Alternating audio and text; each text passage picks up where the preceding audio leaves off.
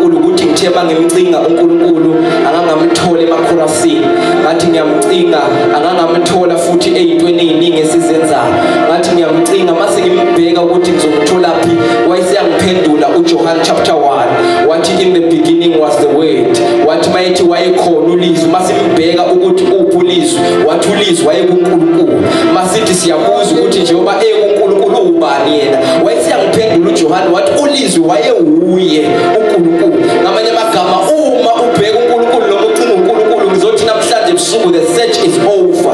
uNkulunkulu uyatholakala, simtholaphi? Simthole ezwini lakhe. Omunye uzothi uNkulunkulu akabonakali, God is visible in his word. Omunye uzothi uNkulunkulu akezwakali, God is audible in his word. Omunye uzothi uNkulunkulu asikwazi ukumthinta, ngizothi mina God is touchable in his word. Mawuke wathola izwi lakho uthole yena, ngoba uNkulunkulu uphile ezwini lakhe uze athi ngiyalinda izwi lami mina njengoNkulunkulu ukuba ngilifeze. So ngifuna ukumemezela namhlanje ukuthi masiye ezwini likaNkulunkulu asizile ukuzophenqa amabhayibheli kodwa sophenqa uNkulunkulu. Tshela siceleni kwakhe ukuthi asiye kuNkulunkulu. Cela sivule the book of Genesis chapter 41 sifunde uverse number 38. Genesis chapter 41 sizofunda uverse number 38 bese siyasukana nje kafishane namhlanje ebusuku egameni likaJesu. La ongangifundela ngeke sizule iverse elilodwa Genesis chapter 41 sizofunda uverse 38. Wayesethu uFaro ezibekweni zakhe, singamthola yini umuntu onjalo onomoya kaNkulunkulu na? Cela uphinde ungifundele futhi. Wayesethu uFaro ezibekweni zakhe, singamthola yini umuntu onjalo onomoya kaNkulunkulu na? Liphilile linamandla izwi lakho uNkulunkulu wethu, lidabula ngalo nakule ndawo namhlanje ebusuku ngamandla alo kwelinamandla igama likaJesu Nkosi. Amen. Hallelujah. Ngizoba mfishane nje bazalwane bese ngihlala phansi ngifuna ukukhuluma nje ngaleli verse elilodwa. iBhayibheli uFaro wayesethe ezincekwini zakhe, singamtholaphi umuntu onjalo onomoya kaNkulunkulu na. There was a crisis in Egypt, njengalokhu kune crisis emhlabeni kulezi insuku esiphila kuzo. Kwakunenkinga, kunephupho elalingakwazi ukuchazwa umuntu, njengalokhu nakulezi insuku kunama problems angakwazi ukusolve umuntu. Babekhona ke izazi zaseGibhithe kodwa ukwazi akusebenzanga ngalelo langa, because uNkulunkulu usiphushile njengomhlaba kulesi sikhathi esiphila kuzo, wasiphushela to our limit ukuthi sifike la ukwazi nokuhlakanipha kwethu kuzophela khona khane sizobona ukuthi siyamdinga uNkulunkulu. uNkulunkulu lethe izinto in these times and in these seasons ezenza ngisho ama-scientist athi lokhu siyaqala ukubona futhi lokhu asikwazi ukuchaza. Ulethe izifo odokotela abahlulayo kuyilapho, ulethe izinto izazi ezihlulekayo ukuyichaza, ngoba uma uNkulunkulu efuna ukusebenza uyawathatha amandla omuntu ahambe nawo ebese la egcina khona umuntu abone ukuthi ngiyamdinga uNkulunkulu. So there was a time in Egypt la kwafika khona inkinga engakwazi ukuxazululwa umuntu, kodwa sisenkonzweni yabantu abasha lithi iBhayibheli lasifunda khona kwabuza uFaro selichaziwe iphupho wathi singamtholaphi umuntu onjalo onomoya kaNkulunkulu. Na ngifuna sibheke lo muntu okukhulunywa ngaye makuthiwa umuntu onjalo ukuthi kwakuyimuphi lo muntu. Lasifunda khona sixoxelwa about a guy okuthiwa uJoseph. Indaba esiyasonke sayifunda sikhula sonke ku-Sunday school indaba kaJoseph. Lithi iBhayibheli uJoseph was one of the 12 sons kaJakobe. Lithi iBhayibheli wakhula eyindodana eyayithandwa ekhaya kubo ngenxa yokuthi isandla sikaNkulunkulu sasiphezu kwakhe, ngoba uNkulunkulu uma isandla sakhe siphezu kwakho senza ukuthi uhluke phakathi kwabantu. Sanibonani bantu abasha, uma isandla sikaNkulunkulu siphezu kwakho senza ukuthi ekhona amanye amantombazane ewontanga yakho kube khona ehlukile ngawo, bekhona abanye abafana insizwa zonke nikhule nazo kodwa kube khona into ehlukile ngawo, ngoba one of the things esibona ngazo ukuthi isandla sikaJehova siphezu kwakho ukuthi kube khona into ehlukayo ngawo. Uma uNkulunkulu ewathintana nomuntu ushiya umaka ongaphindi ufaka. Lithi iBhayibheli wabambana noJakobe wafika istep sakhe kade kuyistep asaziyo, kodwa uma ephuma ebusukwini basepheniyeni lithi iBhayibheli waphuma unyonga lakhe liphinyaziwe, ngoba into esikubona ngayo ukuthi uhlangene naye ukuthi kube khona eshintshayo ngawo. Uyanqaka mina ngoba usuba liminyaka emihlanu usindisiwe kodwa yikho into esashintshile ngawo. Uyanqaka mina ngoba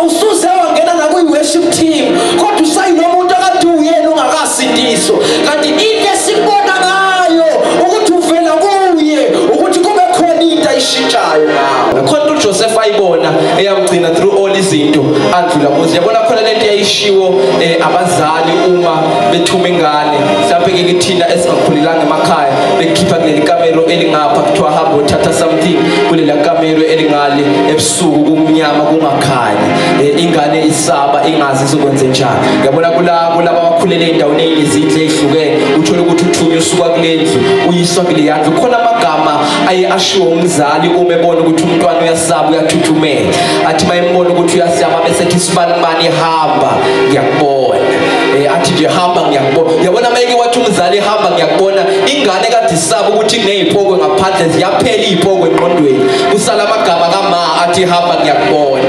Ingane kade isaba ukuthi kunezinja ngaphandle ziyacisha izinja eqondweni kusala amagama athi hamba ngiyakubona. Ithi mayithatha ama steps kungafiki isipokwe eqondweni ufika amagama kama athi hamba ngiyakubona. Athi noma sengezwe izinto imisindo esithela la eduze kwami ngizwe ngathi kuneyinyoka ezikhalayo kodwa umange emumva uthe uyangibona. Athi noma sengezwe umthusayo ngeke ngisathuka ngoba ngazi ukuthi umama uyangibona. La magama engisuke nawo umama ethi uyangibona angenza ngathuki noma kuthusa ngaphansi. One of the things ezisichallengeayo ukuthi ekuhlanganeni kwethu noJesu khona into engihambanga kahle. Yabona bahlangana naye kahle babengatshelwa nabafundisi ukuthi hamba olahla izono, babengatshelwa nabafundisi ukuthi shiya 1 no 2 no khona ababeyibona lento ababeyibona yayibenza bahambe. So uzoba nenkinga mawuzoba umuntu omusha ongalandeli lutho. Kumele kube khona igoal, kumele kube khona into oyilandelayo. Yazi khona abantu ongathi mawubabuza namhlanje ukuthi ikuphi la uyimisela ukuyibona ukhona noNkulunkulu ngeke akutshele. I always say ungasho ukuthi usindisiwe mawungeke ukwazi ukuphendula imibuzo emithathu yokuthi usukaphi noNkulunkulu, ukuphi noNkulunkulu, uyapi noNkulunkulu. Mawungeke ukwazi ukuyiphendula leyo mbuzo ngiyakugabaza ukukholwa kwakho ngoba leyo nto ikwazi ukuyifaka esikalini uyibheke ukuthi ngisukaphi, ukuthi ngisukaphi ukwenza uyibone ukuthi sengikuphi ebese mawuyibona ukuthi sengikuphi ubuke la ufuna ukuya khona. Haleluya. Ithi iBhayibheli ke uJoseph waziningi izinto ezenzeka kuye kodwa akayikhohlwanga into ayibona mhla ihlangana noNkulunkulu. Ithi iBhayibheli at the age of 17 uNkulunkulu wazambula kuye. And ngifuna sazi bazalwane ukuthi the solution yomndeni wonke wakaJakobe yavela ngomfana wabona into at the age of 17. I always say isikhathi right sokuthi ukholwe noma kubuke ngathi kuyabhora uma usawumuntu omusha kodwa uma umkhonze kahle uNkulunkulu ebusheni bakho uyakumele ekukhuleni kwakho. Angiphinde ngisho futhi uma umkhonze kahle uNkulunkulu ebusheni bakho uyakumela ekukhuleni kwakho. Serving God is an investment. Awukwazi uku-investa ngesikhathi soku-withdraw, u-investa ngalesikhathi bonke abantu imali yabo beyidla uyithatha uyibeke, uyi-investa ngalesi sikhathi bonke abantu bethi wenzani lokhu investa lento yenzayo angeke iphelele ndawo kodwa uyithathe yakho uyibeke bese kuthi ngesikhathi seyibaphelele zabo bese udla i-investment yakho. Alibonge igama likaJesu. So lithi iBhayibheli bamdayisa uJoseph asiyazi indaba bamfaka emigodini waphuma emigodini wadayisela ama-Ishmayeli afika amdayisa. Uyalibona uhambo lobuhlungu lokuhamba udayiswa, uhambo lobuhlungu lokuhamba urejectwa, uhambo lobuhlungu lokuhamba ubethraywa abantu abathembileyo kodwa konke lokho akumlahlekisanga uJoseph ngephupha libonayo. Ithi iBhayibheli mayifika eGibhithe uNkulunkulu isandla sakhe saqhubeka samaphe kwakhe because into engiyithanda ngoNkulunkulu ukuthi uNkulunkulu akabheki i-environment akuyo kodwa uNkulunkulu uyasigcina isithembiso sakhe nasendaweni engathembisi. Ngingathi ngelinye ilanga God doesn't need a promising place to fulfill his promise. uNkulunkulu akadingi indawo ethembisayo ukuze afeze isithembiso sakhe. uNkulunkulu kwabusisa indoda eyodwa emphakathini wonke kwaziwa ukuthi kunesomiso akunakudla akunethi lutho akutshaleka kuvuneki. Igama lakho kwakuthiwa Isaac. Lithi iBhayibheli uIsaac watshala ngawona lowo nyaka kwa Isaka kuphela kwadliwa okuphindwe kayishumi bonke abantu bengenakho ukudla bazokudla ngoba uNkulunkulu wayemthembisile lokho amthembisa khona wakufeza ngisho indawo ingavuni. Lithi iBhayibheli wafika uNkulunkulu wamsave wamnika ifavor uJoseph noJoseph wamseva uNkulunkulu ngoba into ithi uNkulunkulu akakhonza ngokwendawo nangokwezimo ukuthi zikuvumela kanjani. Khona uhlabelele kahle wathi uyalalela usomandla noma isimo singavumi. Abanye bethu bayamkhonza uNkulunkulu ngenxa yezimo zesazivumela kodwa ngifuna ukuthi ukumkhonza kwangampela uNkulunkulu ukumkhonza kokuphambana nezimo, ukumkhonza kokuphambana nesikhathi, ukumkhonza kokuphambana nesitayela, ukumkhonza kokuphambana nefashion. Bethi abanye bathi bethi izinto esezenziwa manje yile kuthiwa nathi siyakholwa musukuthatha ngamawala sonke sisindisiwe kodwa uthi lesi sinqumo engasithatha sami noNkulunkulu asingivumeli ukuthi ngikwenze.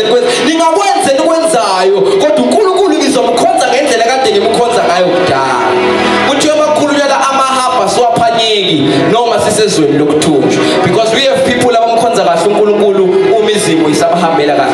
Ukhonza uNkulunkulu izinto ehamba kahle, ukhonza uNkulunkulu izinto ehamba kahle. Khona bamkhonza kakhulu mabehluphekile, khona bamkhonza kuphela mabenezimo, kodwa uNkulunkulu ukhonzwa ngezikhathi zonke. Lithi iBhayibheli uma inkosi yaseBhabhiloni ifika izobheka uDaniel emphandweni yengonyama, yafika yathi Daniel nceka kaNkulunkulu, uNkulunkulu wakho omkhonza njalo. Ngamanye amagama into ezokusindisa kulezi ngonyama yilento yokumkhonza njalo. Akusikho ukuthi wasiphakamisa isandla ngedate ethile, kodwa along the way kwakhona izinto eziningi ozenza. Into ezokusindisa ile ukuthi wathi usiphakamisile isandla wasuyaqhubeka uyamkhonza njalo. iBhayibheli uFaro waba nephupho elalingakwazi ukuchazwa abanye abantu, ngoba ngiyayithanda into ethi uNkulunkulu kuthiwe emakhulunywa la uyakwazi uNkulunkulu ukukhanda iproblem ene solution azi ukuthi ibuye kuphela. So in order for ukuthi abantu bayithole leyo solution kuze kubize ukuthi beze kuye. Angikhulume namhlanje ngithi izinto uNkulunkulu azenzayo eSouth Africa nasemhlabeni wonke, it's God trying to get our attention. uNkulunkulu lama problems awakhoza, angisho ngithi izinto ezifika emhlabeni zidedelo uNkulunkulu. Benazi bazalwane ukuthi ama diseases afikile wasuka kuSathane. Awungiyazi ukuthi amen ngeke uthole kile. Izifo ezifikile zisuka kuSathane. These things of the climate changes nani ikhukhula engajwayelekile sibona ayisuki kuSathane. uNkulunkulu eyifuni attention yomuntu usuke ezoyithola noma kanjani. Wobuza uFaro wazama ukubamba abantwana bakaIsrael engafuni ukubadedela. Lithi iBhayibheli uNkulunkulu wadedela inhlupho after inhlupho ngoba uNkulunkulu unendlela yokwazi ukuyithola iattention yabantu. Lithi iBhayibheli ke waphuphisa lenkosi uma iphupha yangakwazi ukuthola umuntu ozochaza leli phupho. Yayisikhumbula le ndoda ukuthi khona umfana esasiboshwe na, ngoba womkhonza uNkulunkulu nalabantu abakubhampelile usamkhonza uNkulunkulu baze bakufakazele. Bathi masebexakekile bathi khona intombazane esasifunda naye eklasini yazi, kwangathi mangayifonela ibingangithandazela kube khona into elunga. Womkhonza uNkulunkulu noma insizwa okhule nazo bezithatha kancane, kodwa kuyothi uma sekufika isikhathi sakho bese kuthiwa khona umfana wakasibanibani esingamlanda. Womkhonza uNkulunkulu ufika esikolweni kade kuthiwa uyimpathe, ebese mase kuvuka izinto kuthiwa landelwe umfana zothanda. Womkhonza uNkulunkulu zize nezitha zakho zimbone lo uNkulunkulu omkhonzayo. iBhayibheli walanda uJosepha kwathiwa keze, uma eze uJosepha akangavele wasuka entilongweni wagijima waya enkosini, kodwa kwakhona into emtshenayo uJosepha yathi this is my time and this is my moment, because nezinto ezenzekayo emhlabeni bekungasizo ezokuthi thina njengaba kaNkulunkulu sehlele phansi, kodwa lezi zinto ezenzekayo bezithi this is the time for the church of God to rise. Angikhulume nebandla lonke likaNkulunkulu abancane nabadala ngithi bekungasiza isikhathi lesi sokuthi ibandla lishone phansi, kodwa uthi uIsaya noma isigayegaya sibekela abantu kodwa inkazimulo kaJehova iyaphumela phezukwa. Ngizothi ibandla lasefull gospel asingakhali kanye nabantu, kodwa sisukume thina ngoba siphethe impendulo. Asingabalisi nababalisayo, kodwa sanikwe impendulo yokuthi lawo president sebexakekile sithi uJesu impendulo yezwe, lawo dokotela sebexakekile sithi uJesu impendulo yezwe, lama scientists engazenzeni sithi khona uNkulunkulu esimaziyo.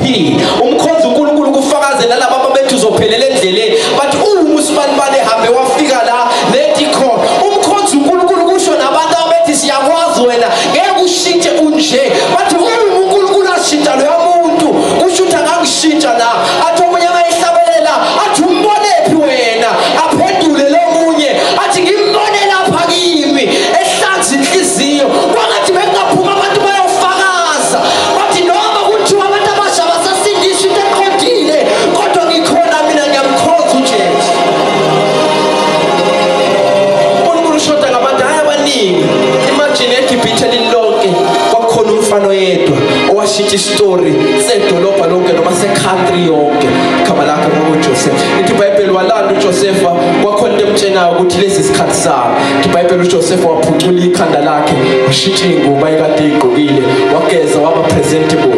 Ithi iBhayibheli he made himself presentable ukuthi akwazi ukuyovela phambi kwenkosi. Ithi iBhayibheli uma likhuluma encwadini yomshumayeli lithi the race is not to the swift nor the bread to the wise nor the battle to the strong but time and chance happens to them all. Lithi umgijimo awuwinwa njalo abanejubane nempi ayinqotshwa njalo abanamandla kodwa ibonke badibana nesikhathi nethuba. Ngifisa ukuthi yiso isikhathi nethuba for the church of God to arise. Lithi iBhayibheli uJoseph walichaza iphupho after giving the interpretation waphinde waletha isolution for that problem. Ngoba uNkulunkulu esimkhonzayo akasiyo uNkulunkulu okwazi ukuletha kuphela incazo noku-identify inkinga. Ngike ngathi mangikhuluma ngeyilanga ngathi kukhona abantu who are good at identifying the problem kodwa bengakwazi to solve the problem. What I like about our God is that he is the problem identifier and he is also the problem solver. Into uNkulunkulu ayi-identifyile lithi iBhayibheli uma efika kumka Elkhana lithi iBhayibheli wafike wathi wena uyinyumba futhi awuzali kodwa wayesethi bheka-ke uzukhulelwa uzali indodana. Ngamanye amagama akakushina leli gama lokuthi uyinyumba awuzali kodwa uthi ngesimo sakho khona engingakwenza. Ngoba abantu esiphila nabo emhlabeni they are good ekusitsheleni ukuthi yini wrong ngathi kodwa bengasitsheli ukuthi lento e-wrong ngami ngingayilungisa kanjani. Into engiyithanda ngoNkulunkulu ukuthi uma ekutshela something wrong ngawe usuke seliphethe ikhapha ukuthi lento wrong ngawe ingalungiseka. Ithi iBhayibheli wathi kuzoba khona iminyaka eyisikhombisa yendlala kuzoba khona iminyaka eyisikhombisa yena kuyibandla lonke liphelele. Angikhulume ngithi angisiyo umprofeti omuhle kuleli but we are approaching this time and the season yale minyaka eyisikhombisa yendlala. If you think umhlaba usazoba ngcono angisho ngithi umhlaba usazoba worse. Angikhulume mhlawumbe nanamanxusa who are praying very hard and fasting bethi uNkulunkulu lungisa mhlawumbe umhlaba esiphila kuwo siza our generation. Angisho ngithi maybe those prayers are not going to be answered. Leyo mthandazo angeke iphenduleke. Umhlaba esiphila kuwo ngeke usaba ngcono. Uyiprofethi zeBhayibheli ukuthi uma uJesu esezobuya lo mhlaba uzobuya indawo eworse kunale esiphila kuwo. Pho sizosurvive kanjani thina?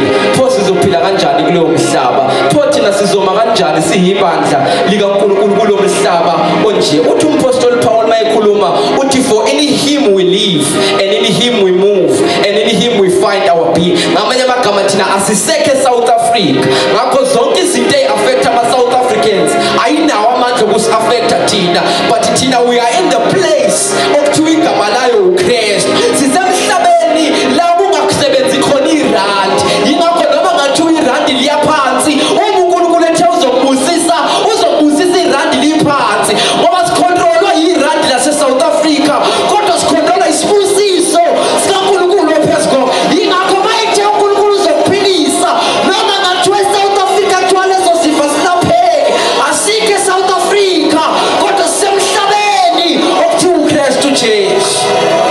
Tshela seceleni kwakho wathi siphila kuye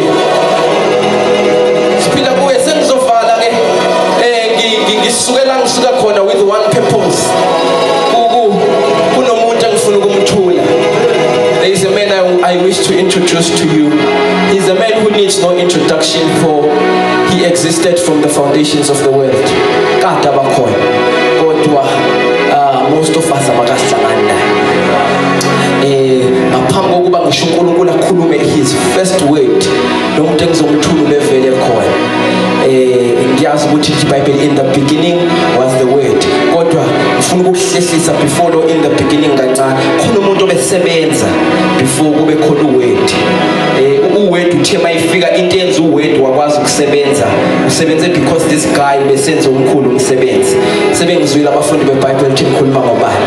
Khona umuntu kade busy kumnyama kuwuthwa olumnyama kuwamanzi kungekho lutho in a formless and a shapeless place. Khona umuntu obebhizi esebenza entweni engathembisi. Khona umuntu obebhizi esebenza entweni engayindawo. Khona umuntu obebhizi esebenza bomnyameni. Yazi wena ufuna ukuthi usebenze ubona ama result. Lento engizoyi-introduce namhlanje iyasebenza kungekho into ethembisayo. Yasebenza phe kwama lithi iBhayibheli the spirit of the living God was hovering upon the face of the deep. Umoya kaNkulunkulu wehla wenyuka phezu kodwa. Ngizothi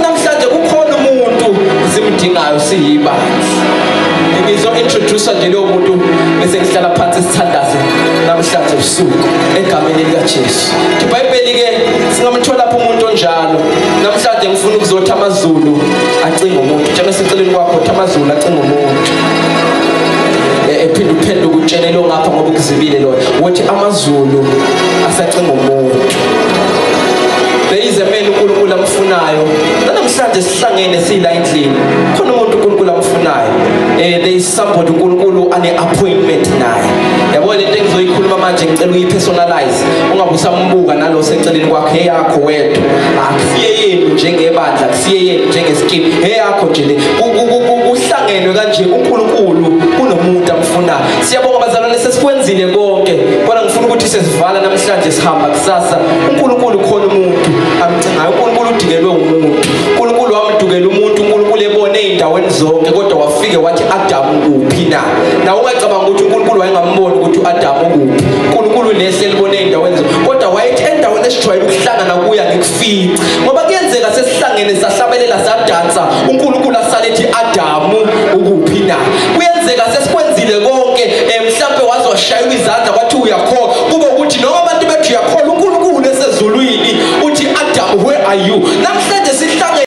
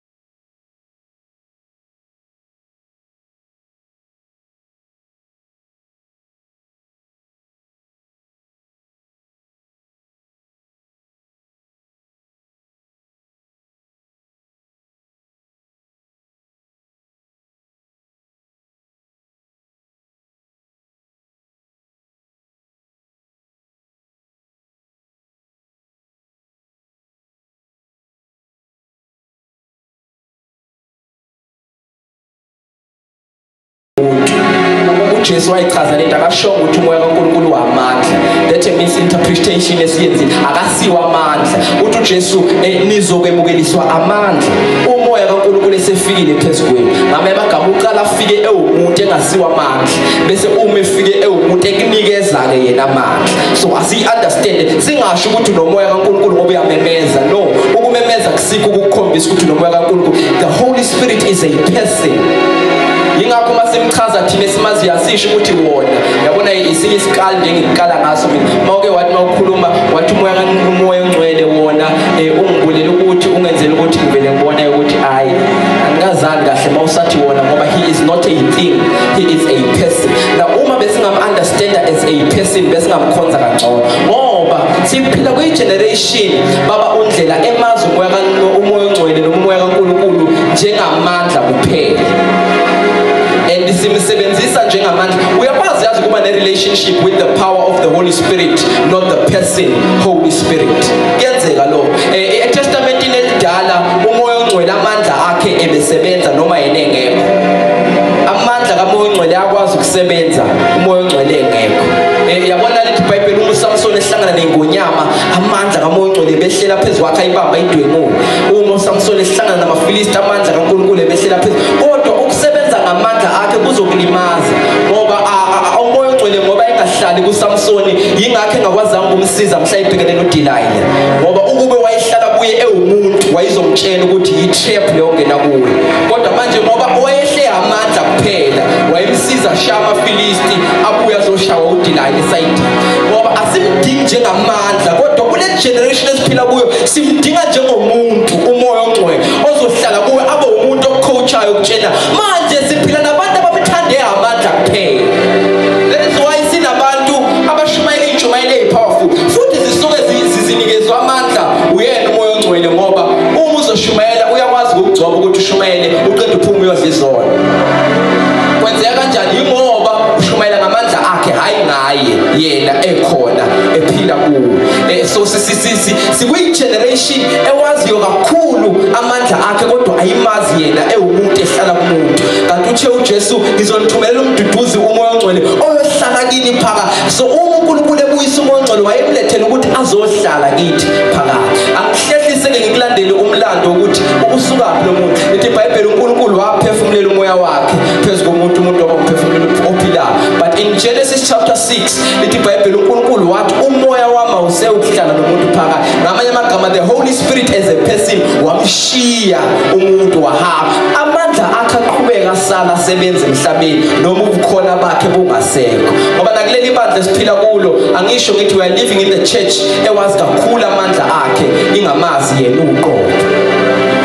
Lithi iBhayibheli uJesu uze wabuya wayesethi sengiyonicelela kuBaba ukuthi aphinda nithumele umduduzi umoya ongcwele. So ngifisa ukuthi namhlanje asidingi zona izinto eziningi kodwa khona lo muntu esimdingayo ebengizomthula ebandleni lethu. Kwangathi sesikwenze konke besingakwenza sigcwele umoya ongcwele. Lithi iBhayibheli uma efika ngosuku lwePentecoste wafika behlangene besekamerweni eliphezulu bebuthene beqoqene amadoda ayethe uJesu hlalani nilinde eJerusalema nize nebukeliswa amandla. Lithi iBhayibheli after insuku eziwu-40 behleli bewalindile lamandla azofika nomoya ongcwele. Lithi iBhayibheli wehla kwaba khona umsindo owaba khona. Lithi iBhayibheli kwasukuma indoda esiyaziyo, siyayazi leyo ndoda yasukuma futhi sivale ngayo ey'ncwadini zamavangeli kanti indoda engekho right.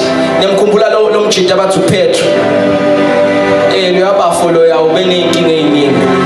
Indoda yamphika uJesu ngomzuzu omubi kabi, yambona-ke nawe ukuthi nawe uwumngani kaPetro nje wangeke ukujabulela ukuthi jida siyangijikela lapha uma sesifika kubantu uthena ngeke ungiphike wena noma ukuphika konke ngeke ungiphike kodwa uma sifika lapho siyangijikela. Sivale ngoPetro igwala kodwa mhla seyifikile lo muntu esehleli phakathi kwabo. Lithi iBhayibheli kwasukuma lelo gwala esilaziyo lasukuma amongst thousands of people ehluleke ukumvuma phambi kwentombazane eyodwa, kodwa mhla amandla esefike phambi kwakhe wasukuma phakathi kwamadoda ayinqwaba wathi madoda bazalwane asidakwanga, washumayela izwi kwasindiswa 3000 yaba yini esindisa abantu akusiwa amagama uPetro washumayelile amandla ashumayele ngawo. Sishoda ngamandla bandla likaJesu, sinayo imihlabelelo emihle, sishoda ngamandla emva kwemihlabelelo, sinawo ama-sermons powerful, sishoda ngamandla kamoya ongcwele emva kwama-sermons esiwashumayelayo. Uma singayithola le ndoda ikhona into ebingenzeka. Namhlanje ebusuku ngifisa ukuthi kwangathi besingaphuma sonke la sihlanganile nanomuntu. Enye yezinto engifisa ukuyiveza ngaye ukuthi he is the spirit ofika noshintsho. Now understand, uma sikhuluma ngokuthi umoya ongcwele asikhulumi ngesikhwishikhwishi, asikhulumi ngewind, asikhulumi uma sithi he is the Holy Spirit uNkulunkulu but God in his invisible form. Angiphinde futhi umoya ongcwele uNkulunkulu njengoba kuthiwa uNkulunkulu omthathu uNkulunkulu but God in his invisible form. uNkulunkulu esimeni sakhe sokungabonakali yingakho simbiza ngomoya ongcwele, kodwa sikhwishe umoya kaNkulunkulu. Manje thina yonke into esizimemeza sizwa ngathi kumemezeni sekunomoya kaNkulunkulu. Kodwa kuke kwafika izwi likaNkulunkulu kuElijah ngelinye ilanga lithi iBhayibheli kwadlula isiphepho esikhulu kodwa isiphepheni uNkulunkulu wayengekho. Lithi iBhayibheli kwaphinde kwadlula into eqhekeza amadwala noma amadwala aqhekezeka kodwa uNkulunkulu wayengekho. Emva kwalokho kwaseqhamuka izwi elincane kwasekhuluma uNkulunkulu. Lithi iBhayibheli singamtholaphi umuntu onjalo onomoya kaNkulunkulu. Sesizothandaza namhlanje uNkulunkulu namhlanje esezulwini uzothi ufuna uhlobo labantu. Hayi abantu aba-talented kakhulu ngoba sisuke sanaka kakhulu ithalente kanti likhona ithalente elingenamoya ngemuva. Yingakho namhlanje singasayazi into yokuthi kuthiwe kuhlabelelwe kwaphila umuntu ngoba laba behlabelela kudala ababehlabelela behlala nayo umoya ongcwele. Yabona lento yokumenza angabi amandla abe umngani wakho yenza ukuthi from Monday to Sunday kube ukuthi ubuhleli naye uphila naye ekucoacha nikhuluma nixoxelana izinto. Bethi abantu bebhizi bebuka ama-soap, bethi abantu bebhizi no-social media ukuthi mnganami ungiphatheleni namhlanje.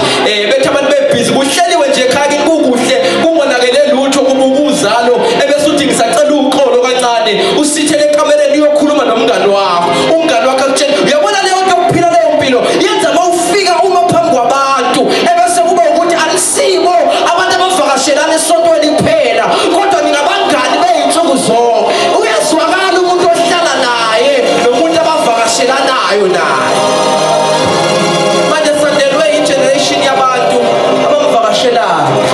Umuzwa nomenza phambili esaqala uqala phansi ayoyihlambulula ayoyingcwelisa. Bazalwane isikhathi sokuyingcwelisa isikhathi sakho usawedwa ekamereni usathi uNkulunkulu yisonto namhlanje ngiyaphuma ngiyokukhonza nabantu bakho. Mabala onke Nkosi yami ungcolisile umoya wami ngigeza. Sithi masifika la sifike sonke sesiyizinto eziclean. Sifike sonke siyikhune ezilungele ukuvutha. Manje bekeze ukusetshenzwa kakhulu yabona kulokhu kuhlatshelelwa kuzange ukudonswa nawe kuthiwa sondela nawe ngoba bewuzofika nawe lo mngane ehleli kuwe. Nami ngifike egcwelekile nomunye afike egcwelekile ebese bayikhuluma kunjani bazalwane uma nibuthana ukuthi omunye abe nehubo omunye abe nesibes prophet leti bingaba ngcono ukube begcwelekithi sonke egospel namhlanje usuku uJehova esezulwini uthi singamtholaphi umuntu onomoya kaNkulunkulu. Phakathi kwezulwane sabantu abasha abadidekileyo singamthola yini umuntu omusha onomoya kaNkulunkulu. Umoya othi mayifika kithi abese sinika namandla okwenza izinto ebesingakwazi ukuzenza. Lithi iBhayibheli abapostoli wabenza bakhuluma ngezilimo ezintsha. Enye yezinto futhi kumele siyi-understand labana ke babengakhulumi ngoba nazo zineyimfihlakalo zabo. Babengakhulumi labantu abo rababa yabona besibakhulumayo. Those people bakhuluma ama-languages akhona a-existayo. Kunjengokuthi umZulu wakhuluma i-Afrikaans. Kunjengokuthi omunye wakhuluma isiChina. Yabo yonke leyo kwasuku yingakho lithi iBhayibheli abangaphandle kwamangalo ngoba siyabazi these are non-educated people. Kwenzeka kanjani ukuthi sonke simezwe ngama-languages apha. Ngamanye amagama the Holy Spirit has the ability to take you beyond your limitations.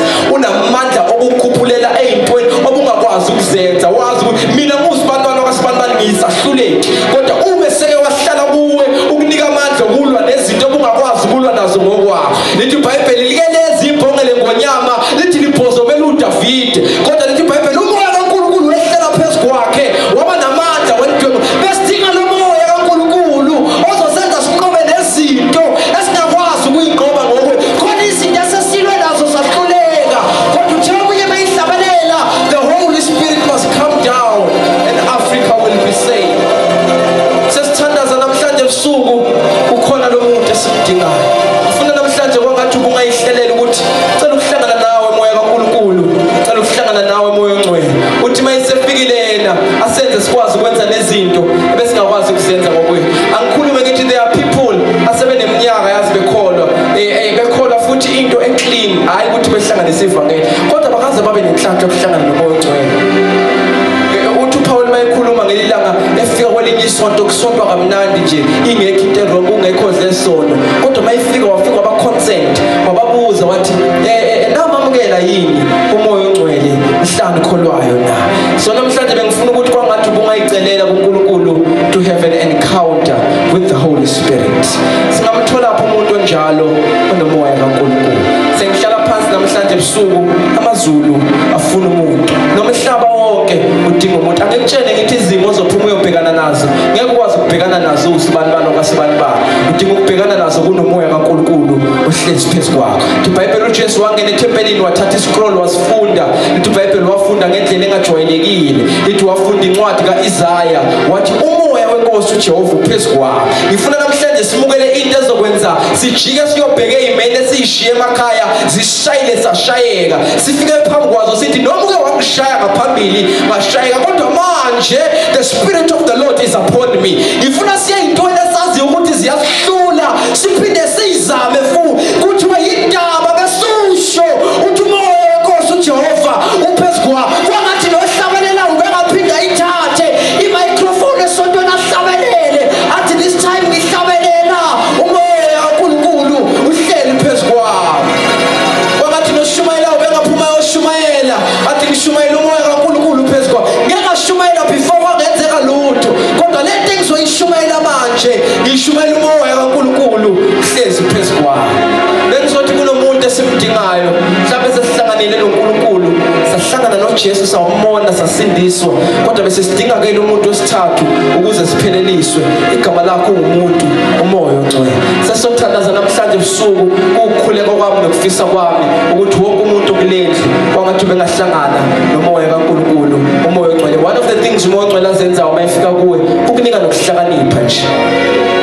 Khona abantu elithi iBhayibheli uma ekhona phakathi kwenu okuswele ukuhlakanipha makakucele kuNkulunkulu obapha bonke ngathaka. Yazi uNkulunkulu uyakwazi ukuthatha umuntu okade bizwe ngesidumo ayakwaziwa nje ukuthi vele ngokudalwa akaphiwe ekuhlakanipheni kodwa uNkulunkulu amhlakaniphisi. Ungacabanga ukuthi bonke abantu abashumayelayo bazalwa behlakaniphile. Le nto siyikhuluma ngokuhlakanipha esakumukeliswa mhla umoya ongcwele efika phakathi kwethu. So ngifuna ukuthi uma umuntu omusha uyamdinga nje umoya ongcwele ukuthi akuvule nengqondo naseyintweni ebewungeke ukwazi ukuyicabanga ngokweqondo. Ithi mayigcina ingqondo yakho bese iqala yena acabange la gcina khona uke waba neyinkinga ezithi mawubhekana nazo ube nento kumele uyisolve ucabange limi ikhanda ungabusazi ukuthi wenze njani. Umoya ongcwele ufika at that point la ingqondo yakho ifika ibe khona umimi ingqondo yakho ebese umoya kaNkulunkulu yaqala kubonise ukuhlakanipha kwa la amandla omuntu ephela khona yilawa wakhe aqala esebenze khona. Uma besingamunderstand as a person more than amandla besingaphila kangcono naye. Cela sime ngenyawo sesizothandaza namhlanje. Singamtholaphi umuntu onjalo onomoya kaNkulunkulu? uNkulunkulu esezulwini namhlanje ebusuku uzothi nje singamtholaphi umuntu onomoya kaNkulunkulu. And lithi iBhayibheli isibusiso sikamoya ongcwele singesabo bonke abakholwayo. Ayikho qualification okumele ube nayo ukuthi uthole umoya ongcwele. Abapostoli babengafastanga ngesikhathi besekameleni eliphezulu. Babehleli nje bemlindile behleli kahle kwasho ukuthi bamlindela ngenxa yokumlinda wayesehla uyisithembiso sabo bonke abakholwayo. Cela siphakamise izandla zethu nje sonke siyiphakamisele phezulu siyamdinga umoya kaNkulunkulu. I wish ngathi wonke umuntu enhlizweni yakhe bengathi yehlela kini umoya kaNkulunkulu kwathi wawavala amehlo akho bese uyambheka yena ngoba ngifisa ngathi namhlanje besingaphuma kulendlu sonke simtholile eyisipho esidingayo ngoba siyamdinga uyamdinga umoya kaNkulunkulu. Ngeke ulihambe uhambo lensindiso ngokuhlakanipha kwakho, ngeke ulihambe uhambo lokukholwa ngokwazi kwakho, udinga umoya ngoba angiyikhulume into ethi we are living in the times la silwa khona nemimoya. I always say behind everything there is a spirit. Emva kwayo yonke into kunomoya khona umoya omdinga ukuthi abe ngakuwe ukuze kuthi nemimoya ethi mayihlasela ifica ukuthi kukhona umoya ongakuwe bese lithi iBhayibheli mkhulu ongakithi kunaloyo sesizweni. Ake siphakamise izandla zethu sonke siwavale nje amehlo ethu.